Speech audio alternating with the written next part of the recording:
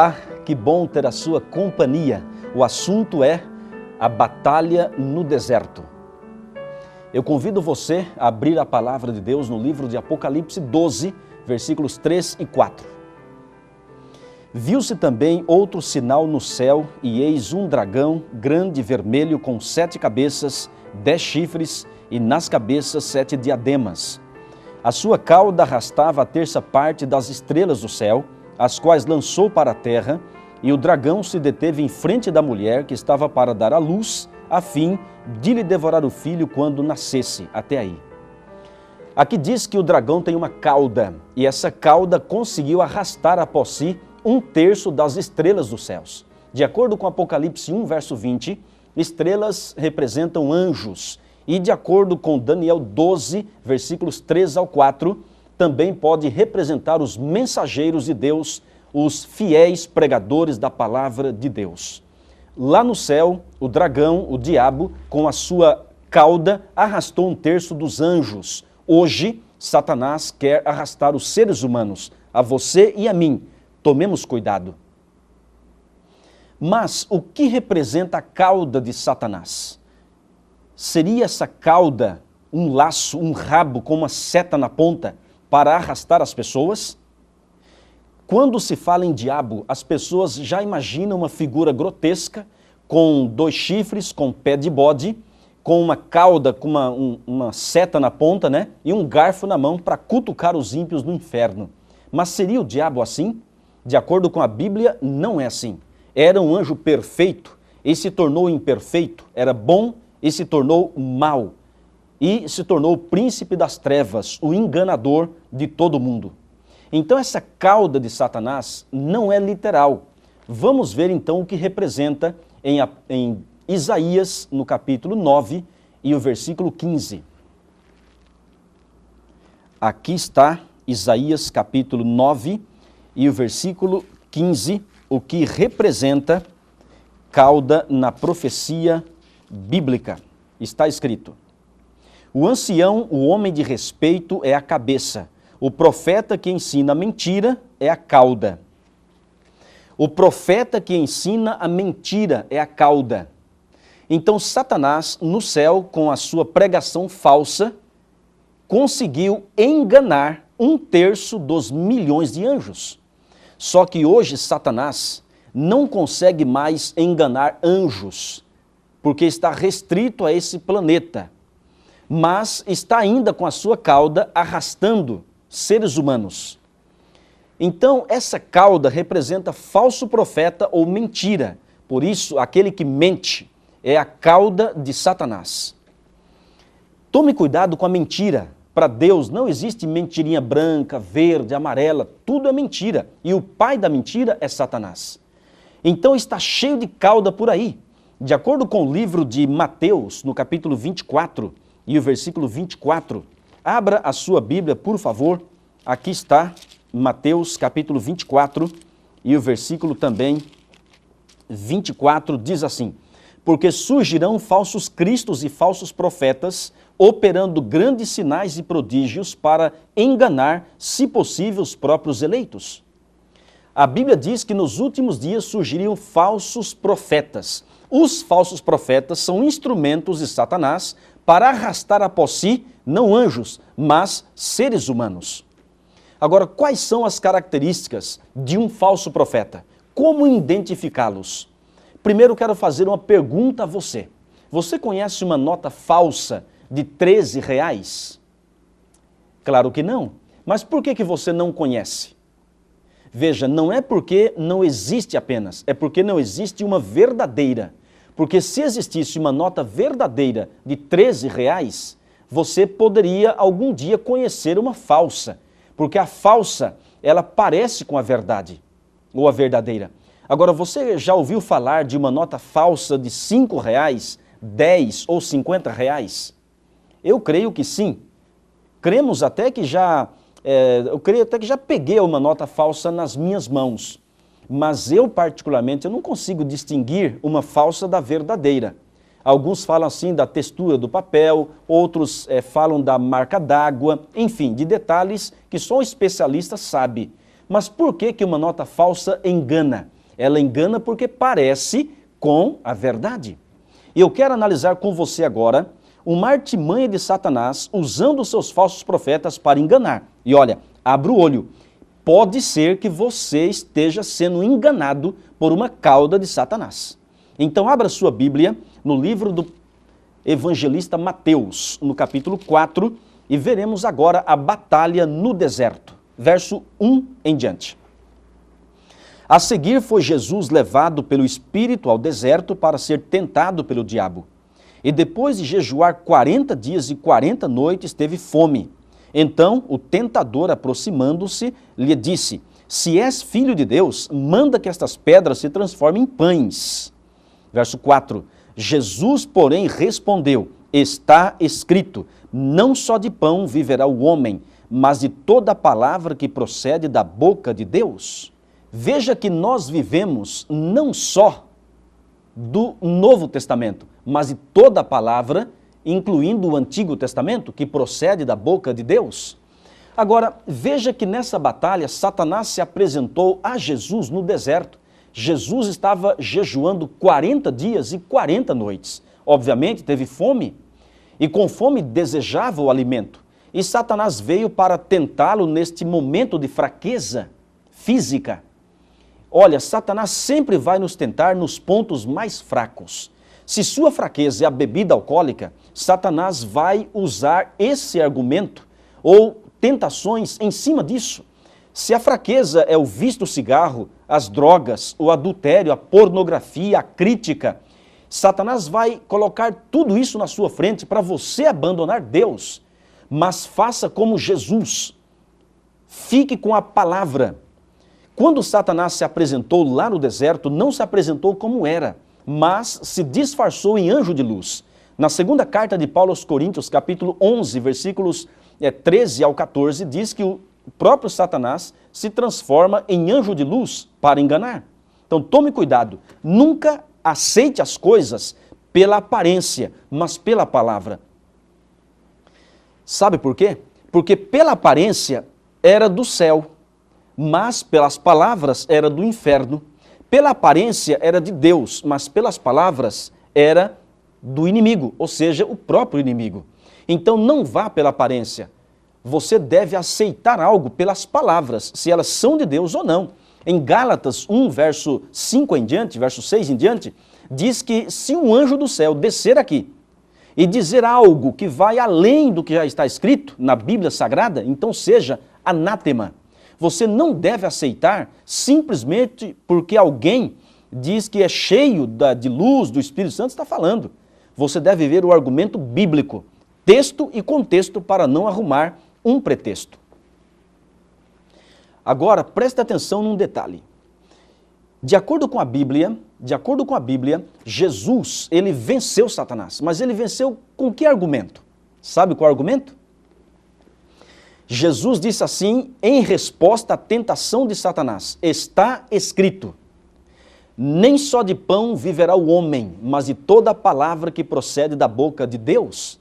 Jesus disse, está escrito, isso quer dizer que ele estava usando a palavra. E eu pergunto, ele estava usando qual palavra, qual Bíblia, Novo ou Antigo Testamento? Obviamente o Antigo Testamento, porque o Novo não estava escrito ainda. E tem gente que fala assim, não, o Antigo Testamento não vale mais, o Antigo Testamento já passou, estamos agora na época do Novo, somos salvos pela graça. E aqueles velhos argumentos tentando dizer que aqueles que obedecem à lei estão na época do Antigo Testamento. Mas essas pessoas ignoram que o ensino bíblico dos dízimos está no Antigo Testamento. Malaquias 3, de 8 ao 10. E isso eles não dizem que foi abolido. Isso eles não dizem, é passado, né? Porque toda a igreja pede o dízimo, pede também as ofertas. Mas por que quando fala da lei, eles usam o argumento que é do Antigo Testamento? Então algo está errado, você não acha? Olha, Jesus usou a Bíblia para vencer. Você quer vencer as tentações? Então usa a palavra. Se alguém convidar você para ir em uma casa noturna, por exemplo, e adulterar, trair a sua esposa, fique com a palavra. O mandamento diz assim, não adulterarás. Se alguém está chamando você para beber bebida alcoólica, seja um pouquinho que seja, para Deus é pecado do mesmo jeito? Então você deve ficar com a palavra. Diz a Bíblia em 1 Coríntios capítulo 6, verso 19 e 20, que o seu corpo, o meu corpo, é o santuário do Espírito Santo. E você não deve ingerir aquilo que destrói o seu corpo. Então fique com a palavra. Se alguém disser assim, ó, vamos desobedecer a lei de Deus, não, fique com a palavra e você será um vencedor. Jesus disse, está escrito. Onde está escrito? Na Bíblia, mas em que livro? Em que capítulo? Em que versículo? Abra sua Bíblia. Em Deuteronômio capítulo 8 e o versículo 3, foi o verso que Jesus usou para vencer Satanás. Está escrito aqui, ele te humilhou e te deixou ter fome e te sustentou com o maná que tu não conhecias, nem teus pais o conheciam, para te dar a entender que não só de pão viverá o homem, mas de tudo que procede da boca do Senhor viverá o homem. Você está entendendo? Jesus, ele citou este versículo, e assim venceu Satanás neste momento, mas Satanás não desistiu. Agora, por favor, olha por favor nos meus olhos, preste muita atenção no que vamos dizer, que eu considero particularmente o auge da mensagem de hoje, este momento. Porque Jesus estava usando a Bíblia lá no deserto, embora não tinha um rolo da Bíblia em suas mãos, mas estava usando a Bíblia, porque ele era estudioso da Bíblia. Mas agora você vai ver o próprio Satanás usando a Bíblia para tentar Jesus. Veja que terrível ousadia. Então volte para Mateus, no capítulo 4, e veja agora o versículo 5. Então o diabo levou a cidade santa, colocou-o sobre o pináculo do templo, ele disse, se és filho de Deus, atira-te abaixo, porque está escrito, aos seus anjos ordenará a teu respeito que te guardem, e eles te susterão nas suas mãos para não tropeçares em alguma pedra. E o verso 7, respondeu-lhe Jesus, também está escrito, não tentarás o Senhor teu Deus. Até aí. Veja que Satanás usou a Bíblia para tentar Jesus, lá no pináculo do templo. Se és filho de Deus, e esta palavra se denota dúvida, se fosse um anjo de Deus, não duvidaria que Jesus é, de fato, o Filho de Deus. Mas veja, se és filho de Deus, atira-te abaixo, disse Satanás a Jesus, porque está escrito, aos seus anjos ordenará teu respeito e te guardem para não tropeçares em alguma pedra. Este verso foi citado por Satanás, mas não foi citado completo e foi citado fora do contexto. Veja que Satanás estava usando a Bíblia. Eu pergunto a você, Satanás conhece a Bíblia? Conhece. Conhece melhor do que qualquer um de nós, só que ele torce, ele tira um texto fora do contexto ou tira parte de um texto para arrumar um pretexto e assim engana milhares. É assim que as caudas, os instrumentos de Satanás, que são os falsos profetas, fazem hoje. Existem muitos por aí usando a Bíblia para enganar. O maior engano nos últimos dias é engano religioso, meu amigo. Eu quero que você entenda isso. Jesus disse assim, olha, nem todo o que me diz Senhor, Senhor, vai entrar no reino dos céus, mas aquele que faz a vontade do meu Pai que está nos céus. Há caminho que ao homem parece direito, mas ao cabo dá em caminhos de morte. Está em Provérbios capítulo 14, verso 12, e o que lemos anteriormente, ou mencionamos, Mateus 7, 21 a 23. Então você não deve, digamos assim, seguir só porque é evangélico. Você e eu precisamos entender que existe a mentira, os falsos profetas. Agora, eu quero chamar a sua atenção para o seguinte fato. Vamos ver o livro que Satanás citou e o versículo para tentar Jesus. E veja a artimanha. Salmo capítulo 91, Salmo 91, e o versículo, aqui está, 11 e 12. Porque aos seus anjos dará ordens a teu respeito para que te guardem em todos os teus caminhos. Para um pouquinho, olha para cá. Esta frase, em todos os teus caminhos, em Mateus capítulo 4, você verificou que não está. Isso quer dizer que Satanás omitiu essa frase em todos os teus caminhos. Vamos continuar lendo para depois explicarmos. Vamos lá. O versículo 12 agora. Eles te sustentarão nas suas mãos para não tropeçares em alguma pedra. Ok. Então observe, por que Satanás omitiu a frase em todos os teus caminhos? Sabe por quê? Porque aqui nós encontramos uma grande artimanha de Satanás no engano. Não tentarás o Senhor teu Deus, foi a resposta de Cristo, dizendo, está escrito, não tentarás o Senhor teu Deus. O que Jesus citou está em Deuteronômio capítulo 6, o verso 16, para refutar uma tentação de Satanás usando a Bíblia. Mas vamos analisar o texto. Quando diz em todos os teus caminhos, significa em todos os caminhos da escolha de Deus. Deus prometeu protegê-lo e proteger a mim também, mas não nas suas escolhas, mas nas escolhas de Deus. Quando você for escolher um caminho, não escolha simplesmente o que você quer, mas o que Deus quer. Se você decidir fazer a vontade da carne, meu amigo, como é que você vai pedir a proteção de Deus? Isso é tentar a Deus. Quer um exemplo? Digamos que você esteja numa rodovia, a velocidade máxima é 120 por hora.